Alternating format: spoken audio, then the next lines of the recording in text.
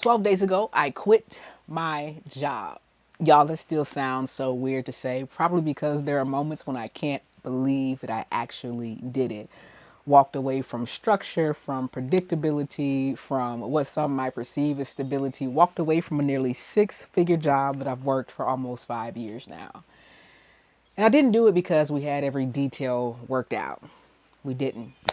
I didn't do it because we had a massive safety egg waiting, or safety net, if you will, waiting for us. We didn't.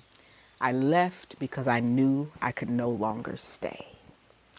And what surprised me most wasn't some fear of instability. It wasn't a fear of uncertainty. What surprised me most was a sense of relief that I felt almost instantly.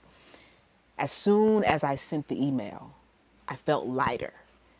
I felt my freedom come rushing back. I felt like I could take a deep breath that perhaps I'd been holding for longer than I care to think about. And today I want to talk to you guys about that.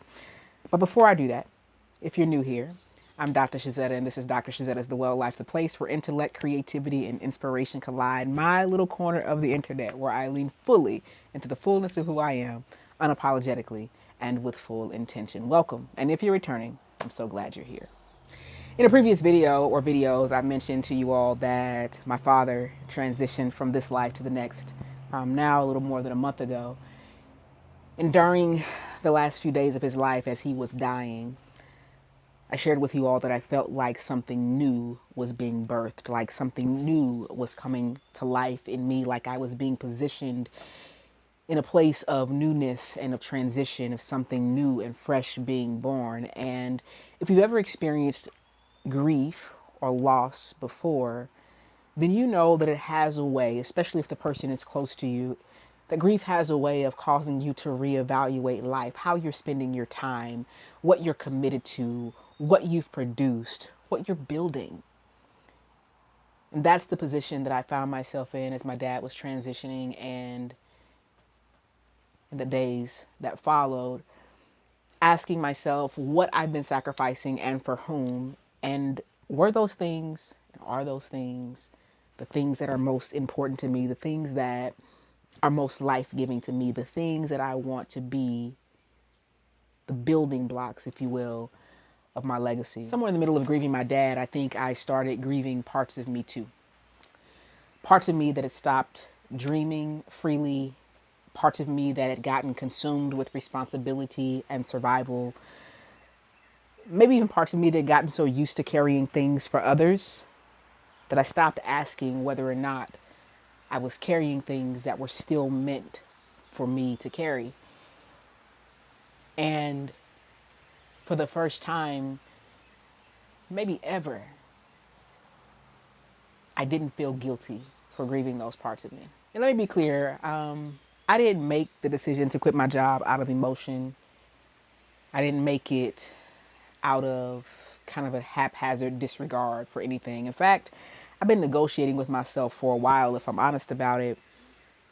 I tried to set up a responsible time plan. Let me just make it to December 31st. And then eventually it became, okay, I'll stay to July 31st. At one point, I considered taking FMLA and applied for it and was likely going to get approved for it, because the truth is I was also navigating exhaustion emotionally and mentally and physically. And so I told myself, if I can just take a break, if I can just take some time away, maybe, just maybe, I can come back stronger and endure this for another season. But the more I tried to talk myself into it, the heavier the weight became, because I knew deep down that my season had come to an end. And sometimes when our seasons come to an end and we try to stay in a place, we actually do ourselves more harm than good, because taking FMLA for me would have been taking a break for a defined period of time, all the while knowing that I was just taking a break from what had become unhealthy and toxic for me, only to push myself and to take myself back into it. And for me, it felt like doing that would cause myself more harm than it would cause good. I want us to think about that today, that sometimes we step away from something that we know is toxic just to give ourselves a chance to recoup or to replenish, only to throw ourselves right back into that toxic environment to be depleted again. And I didn't want to do that.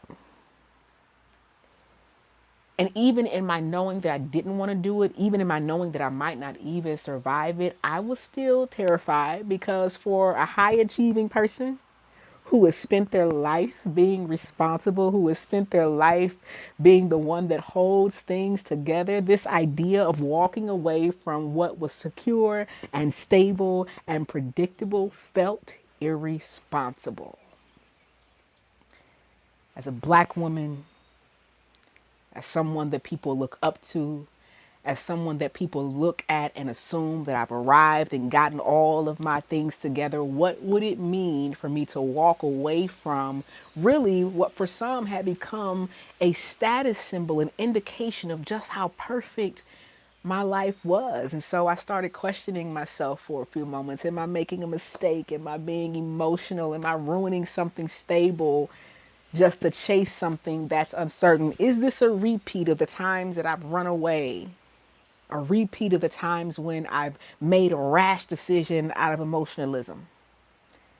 And the more I answered those questions, my own questions, the more I realized that it was less about those things, but that honestly I was more concerned about disappointing people. What would people say? What would people think?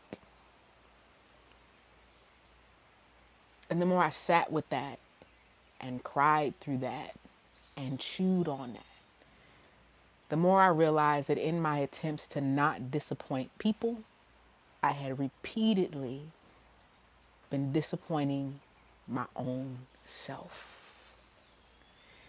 And part of living a well life, you all, is realizing that you too are worthy of living out or into your dreams. You too are worthy of good things. You too are worthy of peace and joy and happiness and all the stuff. I don't know if you've ever reached that point, right, in your life where your spirit becomes too honest with you to keep living a version of your life that no longer fits. The version of my life that was living only to keep from disappointing other people, because you never can please people. But the part of me that was committed to not disappointing other people, that version of my life doesn't fit me anymore. I've worked hard. I've sacrificed much. I've been faithful. I've sown good seeds. And I had to say to myself, and you deserve to live into your freedom and to chase after the dreams and visions that God has given you in the same way that you sacrifice for the dreams and visions of others. And so I quit my job 12 days ago. I told you guys that I had settled on the responsible decision of staying till July 31st or December 31st. But a few Sundays ago in church, now 14 days ago, I was in the middle of worship, and out loud, almost unexpectedly, in the middle of a worship-filled moment, I heard myself say out loud, May 30. It didn't make sense, like logical, practical sense in the moment. But my soul self, and I tried to ignore it because May 30 is, well, that's just in a couple days, right? It didn't make practical, logical sense, but my soul self absolutely understood what that date meant. I tucked it away and tried not to give it any more attention, because if I wasn't already terrified by July 31 and December 31, May 30 was like a whole nother vibe. But I'm telling you, my soul self knew. My soul self knew. I talked to my therapist, I talked to my husband, and for the first time, I stopped trying to talk myself out of what I already knew. And so Monday evening, 13 days ago, I opened my computer I wrote the email, and that following morning, I hit send.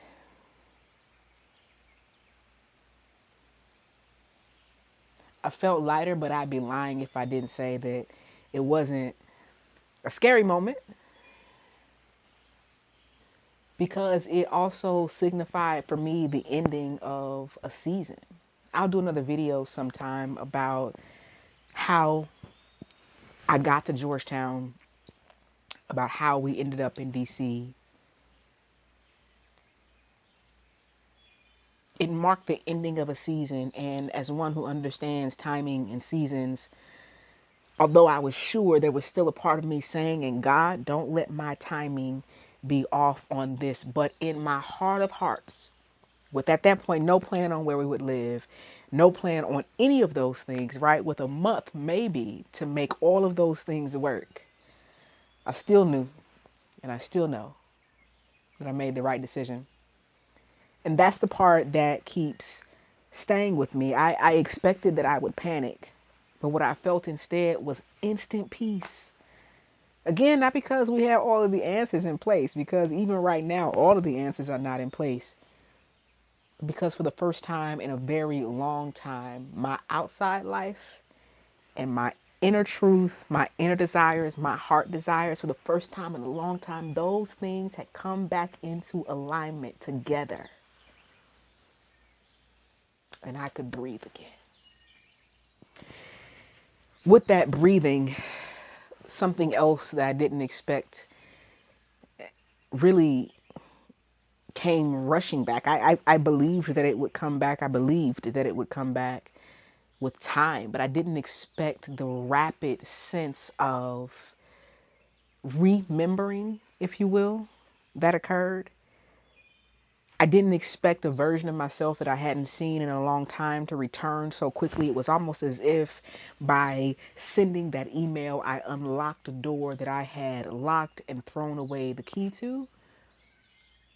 My ability to dream and my ability to imagine and create, or to imagine creatively what I could create and what I could build, my ability to enter into a dream space and come out with something cultivated and refined and do it quickly, all of that came flooding back. I started remembering my gifts. I started remembering the abilities that are on the inside of me by the power of God's Holy Spirit, which is for me the source of all creativity. Ideas started flowing again. My confidence came back. My sense of clarity and organization came back. My ability to take nothing and create something came flooding back. This was just 12 days ago. That somehow suddenly dreams that I had given up on, dreams that I had walked away from, dreams that had felt if distant, if not altogether gone, started feeling possible again. Not easy, but possible. I think somewhere along the way over these last years, I had been so, or become so consumed with surviving, that I stopped imagining, that I stopped building. And part of it was because I didn't have capacity for it anymore. When we're so concerned about taking care of others or trying not to disappoint others, that takes so much of our energy, and it fills so much of whatever open space may already be in our lives, that we don't have the room. We lose the capacity to dream and to build in creative ways. But after I resigned, it honestly felt like I could see again, right? Like my eyes had been opened, like possibility had returned. I felt myself coming to myself. Even my son said, Mommy, your eyes are shining. And y'all, I can't tell y'all what that did for me in that moment, because someone else that I've been talking to a couple of weeks prior was looking at some old pictures of me and said, you had light in your eyes in these pictures. Let's work on getting that light back. And so for my little boy to look at me and say, Mama, your eyes are shining, I knew I'd made the right decision. And I knew that because we'd made the right decision, that God would honor us. If you ever stayed somewhere too long, if you've ever ignored yourself for too long, then you know what it feels like to abandon your own inner voice just to try and maintain stability. And when you do that, the idea of freedom, right, can feel terrifying. Because at that point, you become responsible for holding your own self accountable. You become responsible for making good on the dreams and on the visions and on the ideas that you have. You become responsible.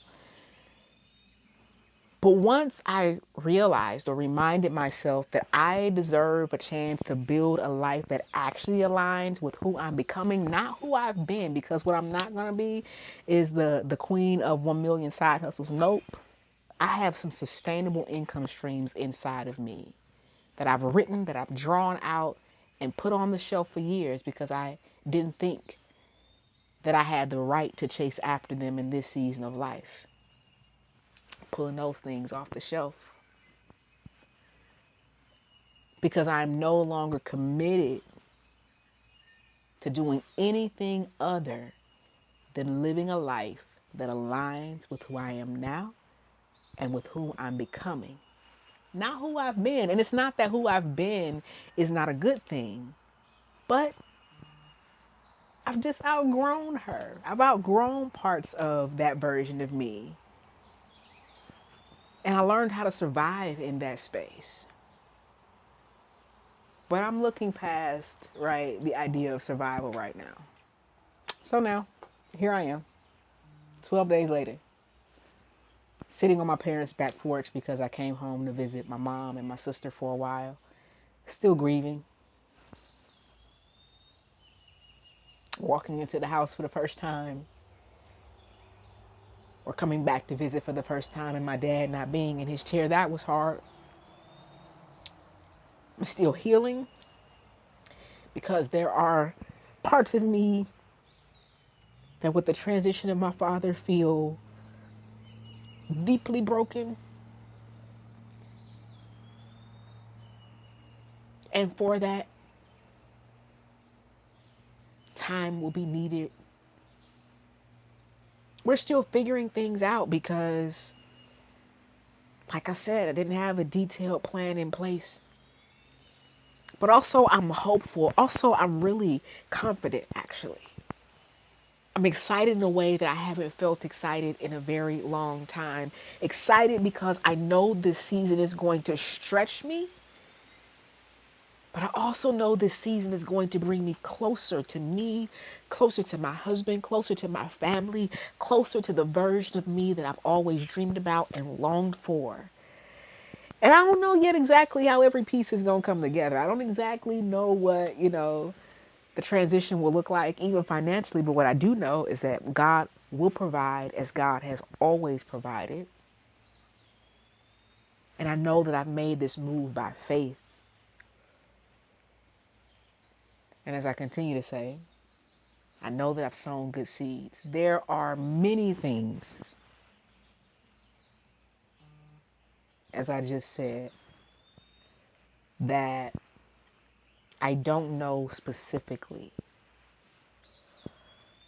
But I do know this, that I believe in the power of God, and I believe in the power of God that is at work within me. I believe in choosing what is healthy. I believe in choosing what is aligned. I believe in choosing what is sustainable. I believe in choosing myself in this season.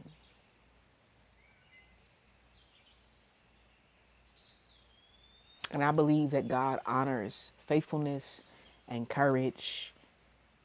I believe that God expects us to do our best, but that perfection is never the absolute goal as long as we're working toward being the best version of ourselves. You all have been grieving with me. You've been walking with me through the loss of my father. You've been walking with me through the season of transition, the days leading right up. You've been walking with me through the last year or so as we've been anticipating, or as we anticipated his coming transition, as his health continued to decline, as his dementia continued to progress pretty rapidly. You've been with me. on this journey. And I'm hoping that you will continue with me as I go through this journey of building and rebuilding, this journey of entrepreneurship, this journey of building a life that I've actually dreamt about. Somebody asked me, so you're going to be looking for another job? I'm not actually. Right now, I'm going to lean into the gifts that I know are on the inside of me, the gifts that I know are sustainable, the gifts that I know are lucrative, the gifts that I know God has said will make room for me. Not trying to be perfect, have no interest in performance, and I'm not even pretending to have all the answers. But what I am confident in, as the scriptures will say, is that the one who began this work in me is faithful to complete it. I've got no reason to believe that my husband and I won't be successful. I've got no reason to believe that God will not honor us, that God will not keep us steady and keep us stable. I've got no reason to believe or even consider retreating or walking in fear at this point. Today, I want to encourage you all because for many of you, you've also reached a season that you know has come, or that your current place, your current position, whether it be in your job or in a relationship or whatever you may be doing. Many of you have come to a place where you know it's time for a season change and a season shift, but out of fear, you've talked yourself out of moving into the next that God has for you. I want to encourage you today, you're not crazy for wanting to move to the next thing. You are not weak for needing or desiring peace and joy. You are not irresponsible for acknowledging that a season has ended suddenly or over time. And you're not foolish for finding a way to walk away with a plan, fully worked out, or maybe only with pieces. Sometimes the bravest thing we can do, sometimes the most faithful thing we can do is to finally stop abandoning ourselves and our well-being. Remember, the well life is not only about doing things well, not only about the end result being done well, but it's about being well while you're producing. It is about having a well to draw from when others or even yourself are depleted. That's what living the well life is about. It's about leaning fully, unapologetically, and intentionally into the fullness of who you are. And for me, this is the beginning of that journey. Welcome to the new chapter. Welcome to this new chapter. I'm so excited. I'm so excited. My last day at my job is May 30th, and somewhere between June 15th and June 20th, my family and I will transition to our new housing. I'll be bringing you guys along as we build out the business, be bringing you guys along as we explore things. We've got some really exciting things that we've begun to think through and plan and imagine. Like I said, didn't have a fully detailed plan 12 days ago, but as that creativity and the dreaming and imagination has come flowing back, I've been able to write some things out with clarity. And so didn't have a detailed plan when made the faith move, but God is being faithful and helping us to map out the plan step by step right now. And so I'm inviting you all along for this journey. I hope that you will share with me, not only in the joy of this building moment, but I also hope that we can build a community in a space where you will feel comfortable sharing, right, your transitional seasons. Perhaps you have a testimony of how at one point you walked away from something or you stepped out on faith and the way that God has blessed you and sustained you. Whatever the case, man, I hope that you will share down in the comments, or you can send me a DM. I just hope you'll join me for the journey. I'm excited. Um, I'm not scared and I'm not worried. There are a few moments when I get just a little bit nervous, but there's not been a moment yet where I've regretted it or thought that I made the wrong decision. So I hope you'll come along, right? I hope you'll stay tuned for the updates as I lean back into entrepreneurship. This ain't my first rodeo. As I continue in this process of healing, of rebuilding, of wellness, of creativity, as the kids will say, of all the things. I got a feeling this is just the beginning.